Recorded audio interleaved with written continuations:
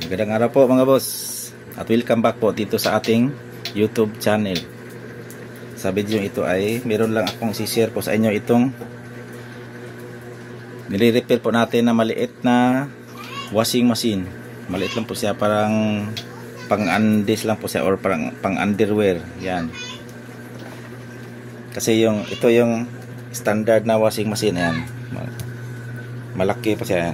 Tapos ito yung comparison niya. Maliit po siya. Sobrang cute po niya mga boss. Ngayon ay binuksan ko na to para hindi po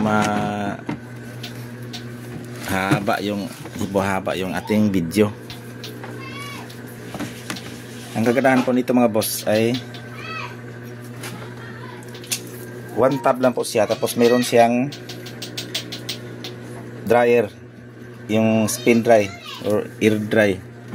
Yan po yung control niya ay yan, wash timer dito, ikot dyan. Tapos pag gusto mang mag dry, mag spin dry, dito yung ikot po niya.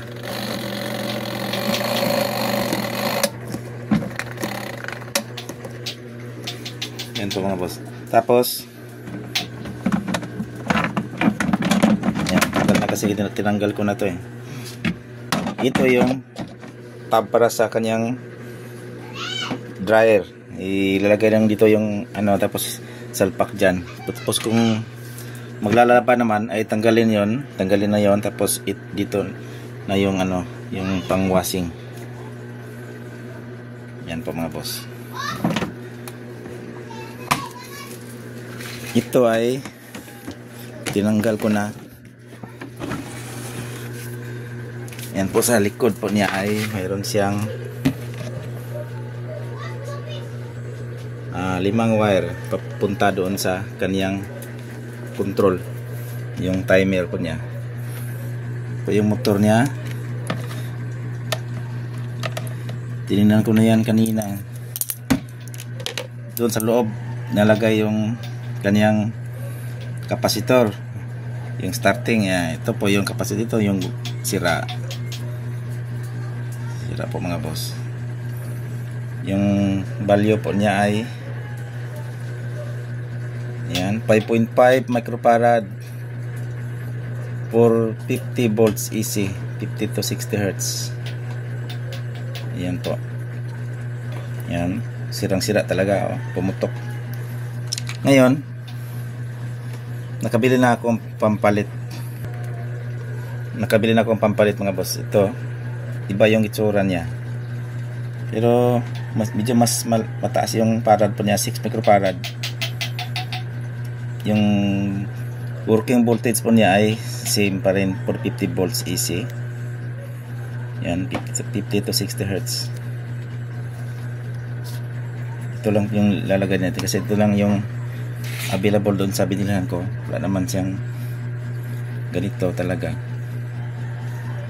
Yan, 6.5. Hanapan natin niya gawa na lang niya ng paraan para mailagay. Kanina ay tinignan ko yung kanyang motor, yung resistance niya ay tinest ko na. Ito yung common po niya. Tapos ito yung may kapasitor. Pantay lang naman yung yung hindi na ako susukatin kasi mahirap. Nag-1han lang po ako. 100 ohms, 101 ohms yung pag ito yung kinawang common, tag 101 ohms yung bali pantay po siya. Tapos ito, pag ito yung sinukat, 202 ohms. Yan. So parang wala namang problema itong motor. Ngayon tinignan ko itong kanyang pinaka-timer. Tingnan ko yung mga contacts niya kung mayroon bang problema. Ito yung pinaka-timer po niya mga boss. Meron pala siyang parang ilaw dito, bumbilya. Nakakonect dyan sa common at itong dalawang AC. Pala diretso po siya. So ilaw siguro to pag nakasaksak sa outlet. Tapos tinignan ko yung mga mga contacts, ay wala naman problema siguro to. Malinis naman po yung mga contact. Tingnan natin yung kanyang operasyon mga boss.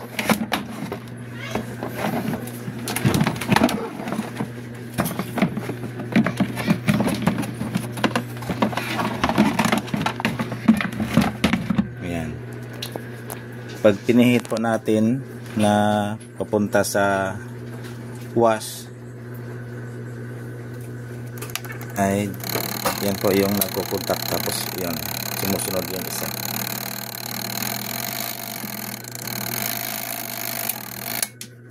Yan po siya. Tapos kung sa spin dry ay dito po yung contact po niya.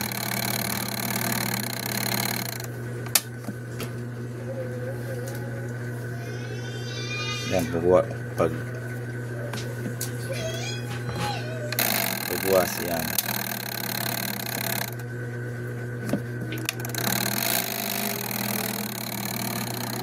Ngayon ay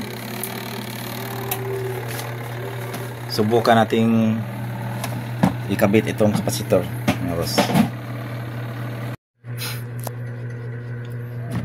At ito na po mga boss, na kabit ko na po itong kapasitor. Itong luma ay binalik ko dyan kasi plano ko sana doon itali itong bago, kaya nga lang parang mahirap, kaya dito ito nang inilagay ko. Tanalian ko na lang ng cable tie. Ano po mga boss, at ito na siya. Ngayon ay itong mga dugtungan ay binalot ko ng plastic para hindi magkaroon ng, hindi mabasa siya kung sakasakali. Ngayon babalik ko na lang yung mga cover na iba, tapos subukan natin kung gagana ba yung gawa natin. Ayan, ito na po mga boss, at na saksak na po natin dito sa outlet. Ayan, ay balik na natin itong mga lahat ng mga koneksyon at saka yung takip. Hood Dikit yung brand niya, parang ano siya. Ito po ay pusing masina, parang generic lang po mga boss. Ngayon ang kagandahan po niya ay meron siyang spin dry, hindi gaya ng mga ordinary na na separate ng tab sa sa dryer. Ito ay ilagay mo lang to diyan at pwede na ka mag-dry. Ayan, subukan natin. Ayan po.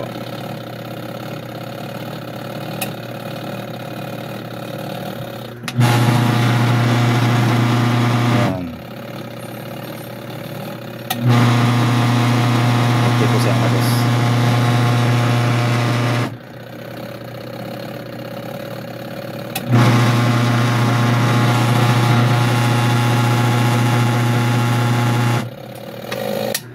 Ngayon dito sa spin dry, ito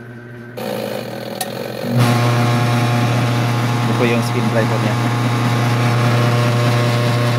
Meron din po siyang timer mga boss. Ayan. So okay yung gawa po natin. Dito na lang po yung vlog natin mga boss, at thank you very much and God bless po sa ating lahat.